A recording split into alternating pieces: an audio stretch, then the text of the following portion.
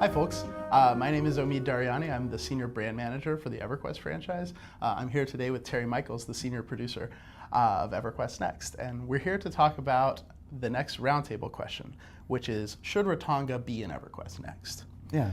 And so I have a note here that says, WTF rat, which, I think that, so what it is really is, Ratonga are only in EverQuest 2. Right. And there's a long history of having rats in other games. Like, I immediately think of the Skaven. But can you tell us a little bit, like if you didn't play EQ2, what are Ratonga? Yeah, well, Ratonga are a rat-based race, just like it sounds from their name. And they're one of our beast races, but they're one of the cuter races that the players in EQ2 really seem to have gravitated to. They're a little ratatouille, right? Yeah, well, no, definitely not. But the idea was with the question, right, is that we wanted to find out what people who didn't play EQ2 thought about the Ratonga and whether or not they'd be interested in playing them. So it was really a question sort of, that was our initial intent with it.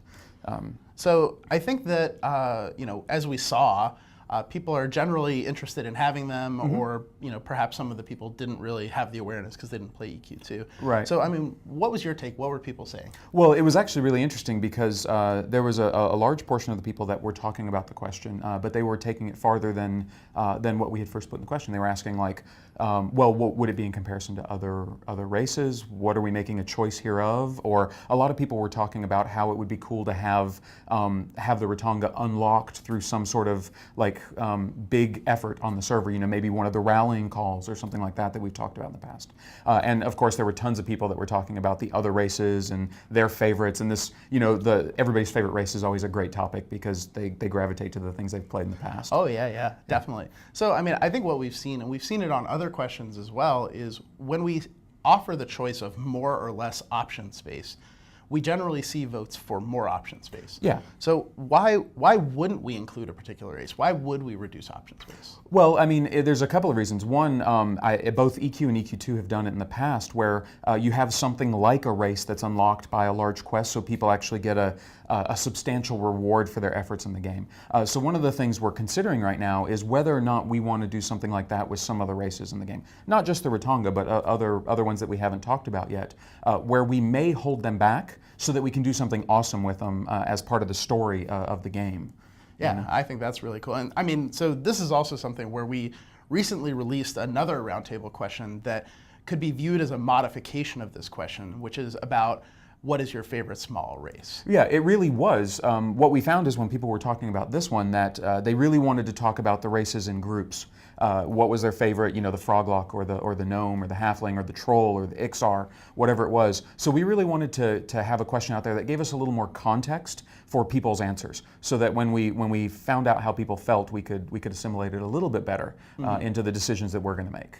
Oh, that's awesome. And I think it's always like the most exciting conversation. Yeah. Far more than what's your favorite class, though we see a lot of that too.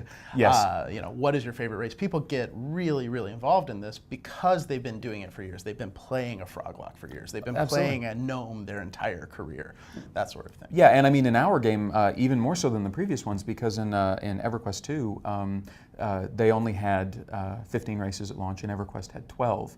So it's really limited choices, and with our class structure, which is much broader, as the race is going to actually be a fairly identifying characteristic of the players. So they're really going to gravitate towards it in our game. Absolutely, and with the other roundtable question we have about should all races have access to all classes, race becomes even more important. Yes, absolutely. But that's a topic for another day. Yes. So.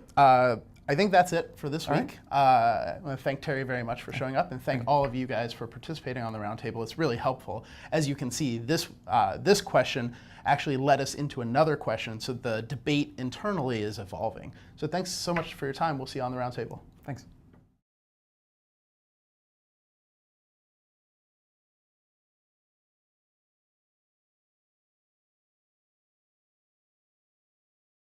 Sony.